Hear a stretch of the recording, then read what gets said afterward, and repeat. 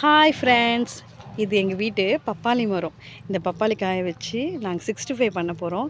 வாங்க பார்க்கலாம். பப்பாளி பழத்தை கட் பண்ணிக்கலாம் சின்ன சின்னதாக. இந்தமாரி பீஸாக கட் பண்ணிக்கலாம். கட் பண்ணி வச்சுக்கிற பப்பாளி காயை மசாலானா கலக்க போகிறோம். அரிசி மாவு போட்டுக்கலாம், மிளகாத்தூள் போட்டுக்கலாம், உப்பு போட்டுக்கலாம், இஞ்சி பூண்டு 1 ஸ்பூன், கார்ன்ஃப்ளவர் மாவு போட்டுக்கலாம். எல்லாத்தையும் மிக்ஸ் பண்ணிக்கலாம்.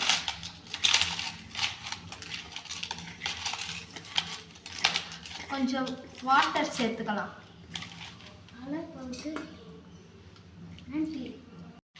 உங்களுக்கு வேணும்னா கலர் பவுட்ரு மிக்ஸ் பண்ணிக்கலாம், வேணான்னா ஸ்கிப் பண்ணிடலாம்.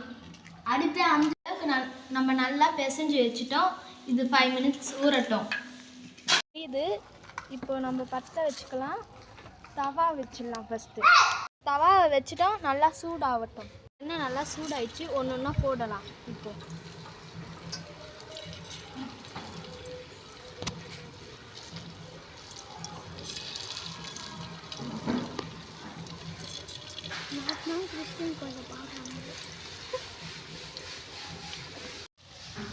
பாருங்க, நல்லா வெந்துட்டு இருக்கு. இப்போ எடுத்து போட்டுக்கலாம். பாருங்க, நாங்கள் பொரிச்சு எடுத்துட்டோம்.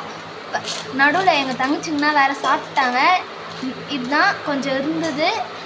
இதை சாப்பிட்டு பார்த்து டேஸ்ட்டு சொல்கிறேன். உங்கள் வீட்டில் செஞ்சு பாருங்கள்.